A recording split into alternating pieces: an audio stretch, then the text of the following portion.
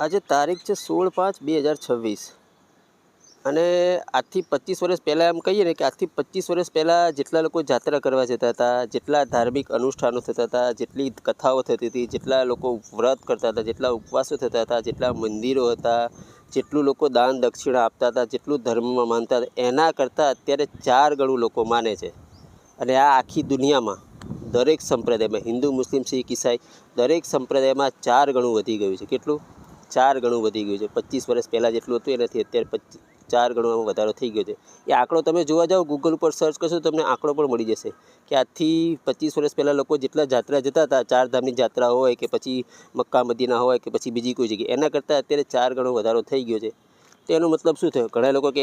ઘણા લોકો શું વિચારશે કે આ તો સારી વાત કહેવાય ને, લોકોમાં ધાર્મિકતા વધી ગઈ છે, લોકો ભગવાન તરફ જઈ રહ્યા છે. ના ભાઈ, એવું જરાય નથી. આ વહેમ છે આપણો. લોકોમાં ધાર્મિકતા કોઈ વધી નથી રહી. પણ શું વધી રહ્યું છે કે અંધવિશ્વાસ અને અંધશ્રદ્ધા વધી રહી છે. અને લોકો જાય છે એ વાત સાચી છે. અત્યારે 4 ગણા વધારે જાય છે. ધાર્મિક લોકો દાન દક્ષિણા પહેલાં કરતાં વધારે કરે છે. પણ એની પાછળ શું કારણ છે? ડર. શું છે? આની પાછળનું કારણ ડર છે.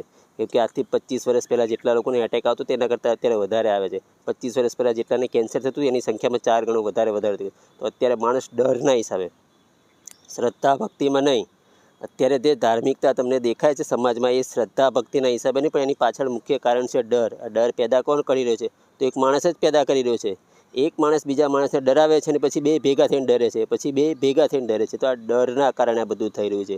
એટલે ભગવાન તો ક્યાંય દેખાતા નથી, ભગવાનની પાસે તો કોઈ પહોંચતું નથી. અને સમાજમાં શું છે તો કે અત્યારે અશાંતિ વધી રહી છે. અશાંતિ વધી રહી છે. એનું કારણ છે કે સમાજમાં શ્રદ્ધા નથી વધી રહી, અંધશ્રદ્ધા વધી રહી છે અને ડર પેદા થઈ રહ્યો છે. ચારે બાજુ યુદ્ધો થાય છે, મોંઘવારી વધી રહી છે, પોલ્યુશન વધુ રહ્યું છે. અને ડગલે પગલે ગમે ત્યારે ગમે તેનું વ્યક્તિનું મૃત્યુ થઈ જાય છે. અચાનક ગમે ત્યારે ગમે તેને હાર્ટ એટેક આવી જાય. તો આ ડર વધી રહ્યો છે. ડરના કારણે અત્યારે ધાર્મિક ક્ષેત્રમાં બધી અનુષ્ઠાનો વધી રહ્યા છે. પણ આ ડરમાંથી છૂટવું હોય તો શું જવું?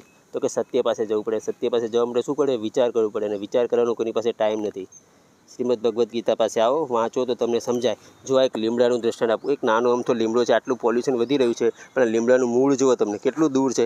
આટલે દૂર લીમડાના મૂળમાંથી આટલે ઉપર 20-25 ફૂટ ઉપર આવે લીમડામાં, તો એની ઉપર 20-25 ફૂટ ઉપર કેવી રીતે આવતું હશે? તો એ પાણી કેવી રીતે ચડાવતું હશે? તો એ પાણી ચડે છે, બધા પાંદડા લીલા દેખાય છે.